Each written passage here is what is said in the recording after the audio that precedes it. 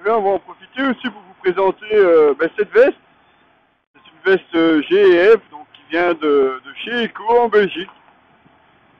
Ceux qui travaillent proposent d'autres marques bien entendu dans leur magasin, mais ils ont leur propre marque, donc qui est GF. On avait déjà testé une veste qui était la Eagle l'année passée.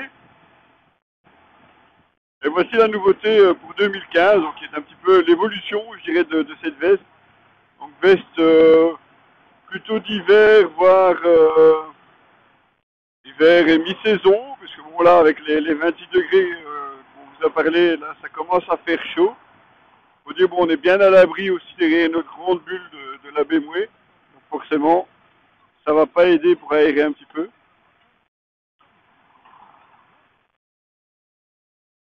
On a quand même deux aérations, comme vous voyez, sont vertes sur le devant.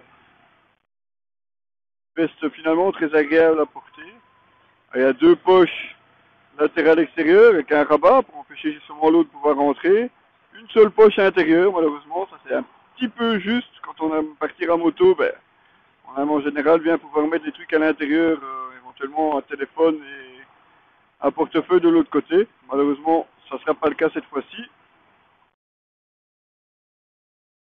Vous verrez sur les photos, il y a aussi deux tirettes à l'arrière, justement pour permettre au vent de rentrer et ressortir aussi vite derrière, ce qui permet justement encore d'avoir plus d'aération.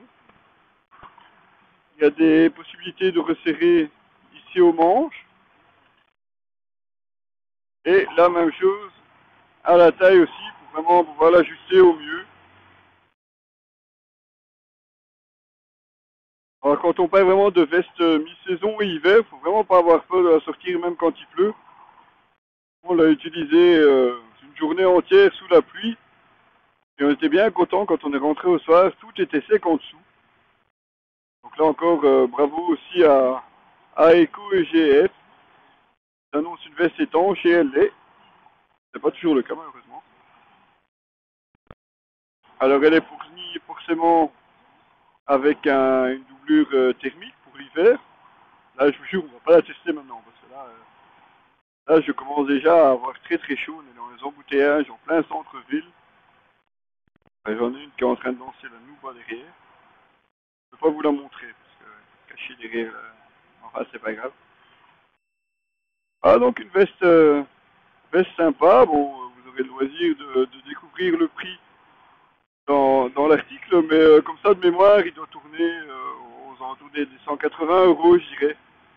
On peut la sortir à un pantalon. Et autre chose dans la gamme aussi, quelques cuirs malgré tout, et aussi une veste et un pantalon d'été qui aujourd'hui nous irait tout à fait bien, parce que là c'est vraiment des vêtements en mèche, du moins avec des grands panneaux de mèche dessus. Ça au moins, ça vaut la peine. Pour l'été évidemment.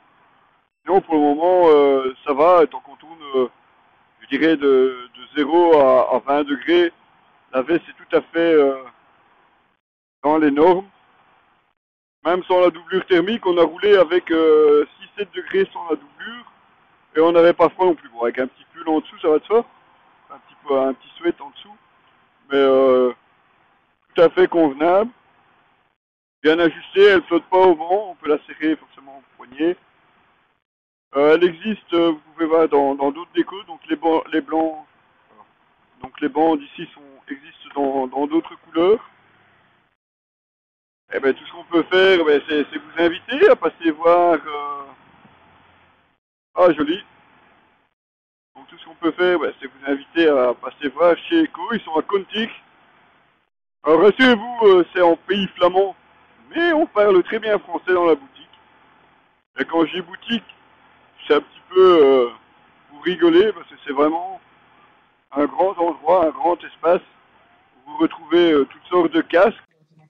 De vestes, de gants, d'équipements, enfin bref, 3000 m² rien que pour le motard et pour son équipement bien entendu. Voilà, retrouvez l'article complet ainsi que les références forcément déco sur notre site et toute l'actualité de la moto sur www.objectif-moto.com. À très bientôt.